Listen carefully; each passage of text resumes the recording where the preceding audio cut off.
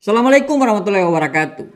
Dalam kehidupan sosial kemasyarakatan, kita mengenal dua istilah, yaitu orang kaya dan orang miskin. Kaya dan miskin ini adalah dua taraf hidup yang menentukan status seseorang.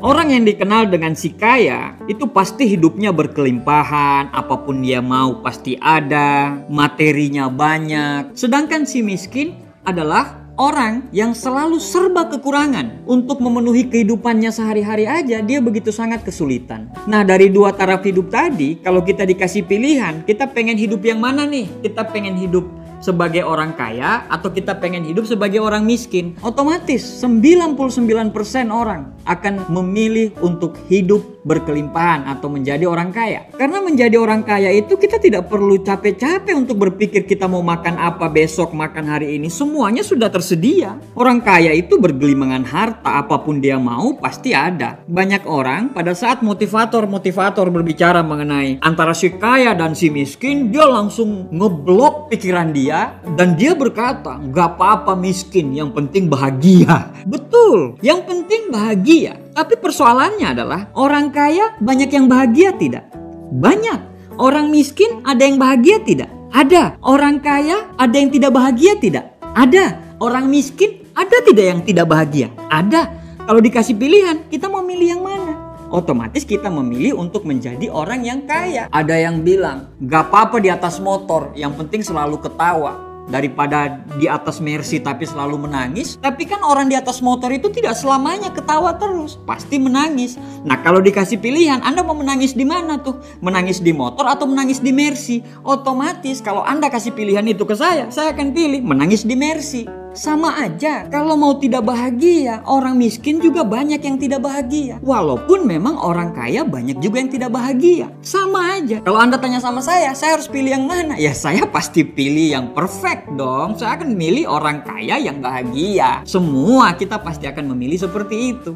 Nah, kita jangan ngeblok pikiran kita kalau ada orang yang bicara antara kaya dan miskin. Kita jangan menutup diri. Harusnya kita belajar dong bagaimana caranya untuk menjadi orang yang kaya.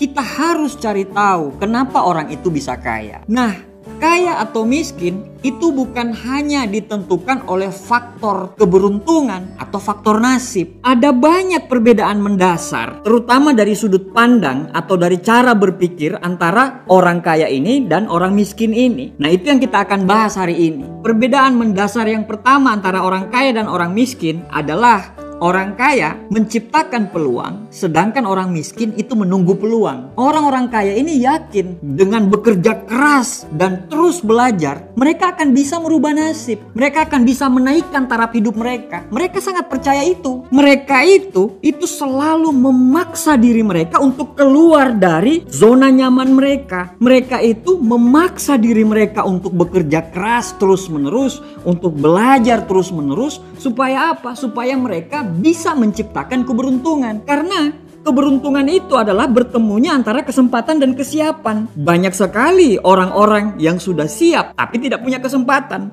Dan banyak juga orang-orang yang sudah punya kesempatan tapi tidak siap. Dan mereka sangat percaya keberuntungan itu akan datang apabila mereka udah siap. Jadi mereka terus mempersiapkan diri mereka untuk menciptakan keberuntungan itu. Sedangkan orang-orang dengan pemikiran miskin, dia hanya menunggu nasib, menunggu keberuntungan itu datang. Dia tidak mencoba untuk memperbaiki diri dia. Stagnan di situ saja. Mereka itu tidak berani untuk mencoba hal-hal yang baru. Mereka itu hidup dalam zona nyaman, zona yang dia merasa nyaman di situ. Apabila ada sesuatu yang asing, dia akan bilang, aduh ini bukan bidang saya tidak mungkin sukses di sini. Dan dia tidak coba untuk mempelajari itu. Jadi dia di situ saja. Ya makanya jangan heran tayangan-tayangan yang berbau tentang edukasi, inspirasi, motivasi itu mendapat viewer yang sangat sedikit. Karena memang apabila Anda membuka hal-hal yang berbau edukasi, inspirasi, motivasi hidup dan semuanya, Anda akan dipaksa untuk berpikir. Anda dipaksa untuk mengetahui kelemahan. Nah, banyak orang yang takut dengan hal itu. Dia takut untuk mengetahui kelemahan dia dan dia takut untuk bertumbuh. Akhirnya apa? Yang dia nonton adalah tayangan-tayangan yang menghibur dia. Banyak sekali komentar-komentar ya dari semua video-video saya itu yang bicara, kok edukasi yang semenarik ini kok viewernya dikit. Ya memang seperti itu. Channel-channel seperti saya dan channel-channel edukasi-edukasi yang lainnya itu dibuat karena memang untuk mengedukasi. Kami paham betul bahwa channel edukasi, inspirasi, motivasi hidup, edukasi itu akan susah mendapatkan trending, akan susah mendapatkan viewer. Kenapa? Karena hanya orang-orang yang mau belajar, hanya orang-orang yang mau mendapatkan motivasi, yang mau mampir ke channel-channel seperti ini. Yang kedua, perbedaan antara orang yang punya pemikiran miskin dan pemikiran kaya. Orang-orang kaya ini, mereka berjuang untuk menang. Sedangkan orang-orang miskin ini berjuang untuk tidak salah. Maksudnya begini, ada kata-kata Susi Susanti yang menarik sekali. Susi Susanti, dia menjadi pebulu tangkis nomor 1 di Indonesia, wanita. Pada eranya, pada zamannya. Dia udah sukses sekali. Wartawan tanya sama dia, kenapa masih kerja keras, kenapa masih latihan keras? Susi Susanti cuma bilang, karena yang nomor 1 itu hanya 1 orang. Itulah pemikiran-pemikiran para pemenang. Walaupun mungkin dia sudah di atas, tapi dia berpikir untuk menjadi orang nomor 1. Karena dia yakin seyakin-yakinnya, untuk menjadi orang nomor 1, dia harus terus melakukan latihan secara konsisten, terus belajar, dan lainnya. Sedangkan orang-orang miskin itu berjuang untuk tidak salah. Yang penting tidak salah aja deh. Terserah seperti apa. Mau nomor 5, mau nomor 20, mau nomor 30.